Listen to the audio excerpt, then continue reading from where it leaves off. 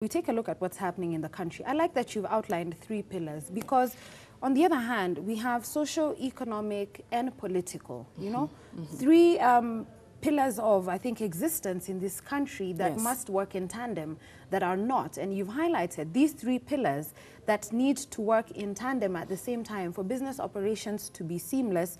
And they're not, because there's a small discrepancy somewhere. And I think maybe when you, in your position at the National Chamber of Commerce and when you sit and look at what's happening in the country, the political narrative and the utterances and what's happening, also seeing how it's affecting business operations, more specifically for women, what is the one wish you had to mitigate this situation? When you look as Mary Muthoni and you see what's happening in TV, what is like, I wish they would do this? The right information must get to the people.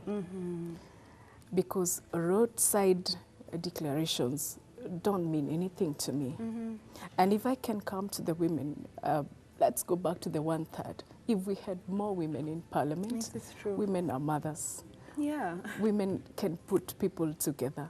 I would expect the Women Caucus to actually take the lead in this, because that informally can actually try to quell down the heightened tension that is there. It's true. Number 2, we also need to see women being in more influential jobs, both at the national level and the county level. Absolutely. Let the governors give women jobs, CEC jobs, county executive jobs. Exactly. Let us have the 1/3 actualized through that. At the same time, we need to strengthen the institutions down there, because we always say we have devolved corruption. You see, it's true. If we can try and erase that, and corruption does not just mean money corruption, it could also be physical corruption, you see? Because if I go to look for a job and I qualify and you sidestep me because of somebody else, really, it's still corruption. So we must do away with that and strengthen the anti-corruption agencies to ensure that women are benefiting. I'm looking at the 1/3 procurement rule that is already passed. But how much are we uptaking as women? Why? Because of so many small issues that have even frightened some of us, that we may not even walk into those offices. It could even be sexual or thereabout, you see? Because if I know there's a lion in there, I wouldn't just walk in. So we must strengthen some of these institutions, and everything comes from the policy. Can counties enact policies that are protecting the woman vendor, the woman trained? I know trade knows no gender. It doesn't. But really, women are hardworking. They only need information, information, and information. And break down the cultural barriers that we keep hearing about, that you can only do this much, and you cannot be a contractor of a billion shilling road. We can do it. Let me ask you a question. I think, and it's hand in hand with what you've said.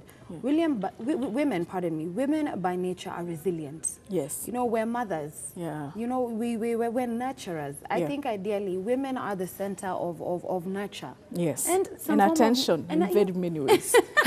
Exactly.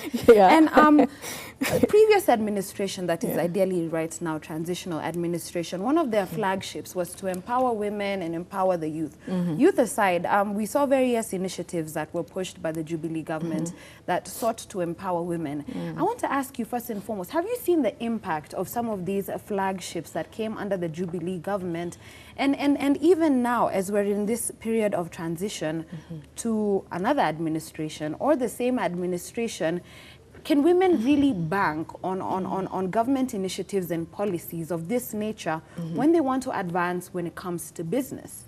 One of the critical areas that bedevil the women enterprises is financing. Yeah. And I have seen the Women Enterprise Fund really pushing to ensure that women are getting even that little coin to ensure that you're starting up something. Maybe the only thing that we can advise the government later on is to ensure that these funds are going to the right people and they are benefiting the person intended to. Because you don't just give a woman money who probably sometimes they don't need it. But I know the women at the bottom of the pyramid have really benefited out of this, about 95% of the funds. Yes, but there's a cadre that of the woman who still does not know what these funds is all about. But I can assure you, even if you go to the records, the woman at the bottom of the pyramid, the Mama Boga and all that, the women groups, they have benefited. We want to go a notch higher. Ensure that the woman who is also getting big contracts is getting the money. Don't give me 100,000 when I need 5 million. You see, it won't help me. It will only help me to register, get maybe documents, you see, and at the end of the day, I'm still not helped. So we need more funding or more money allocated for women programs, both at the national level and at the county level. And I have specifically tackled on financing because I know that is a critical area. Any woman who will come here today, she will say, oh, financing is a nightmare. If we go back to the banks, yes, we are at 14%, but how many banks will give us that money? Because they believe we do not have the power to pay. And cutting the interest rate is a problem to them, their interest. You see, if it was still at 27, of course, they'll be calling everybody to go and take. But now, because it's at 14, they're actually locking doors to ensure that you don't get that money because you may not pay it. Accessibility so the government, the government still has a big agenda on the women, rolling more funding, ensuring there's more money into the women programs. We have about 4 channels for funds. We have Uwezo Fund, we have Youth Fund, we have Women Enterprise Fund. We have the Affirmative Action Fund, which is through the women reps. You see, so we need to ensure and be sure that these funds are benefiting the woman and the woman trader. Yes, but as of now, the funds are doing well.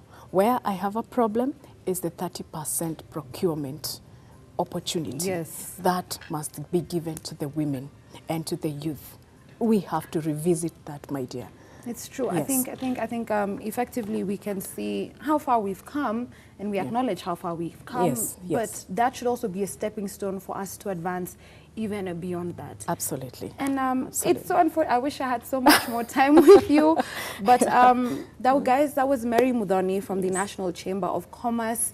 And we were effectively taking a look at the impact the political situation in the country has had on women who are conducting business right here in Kenya.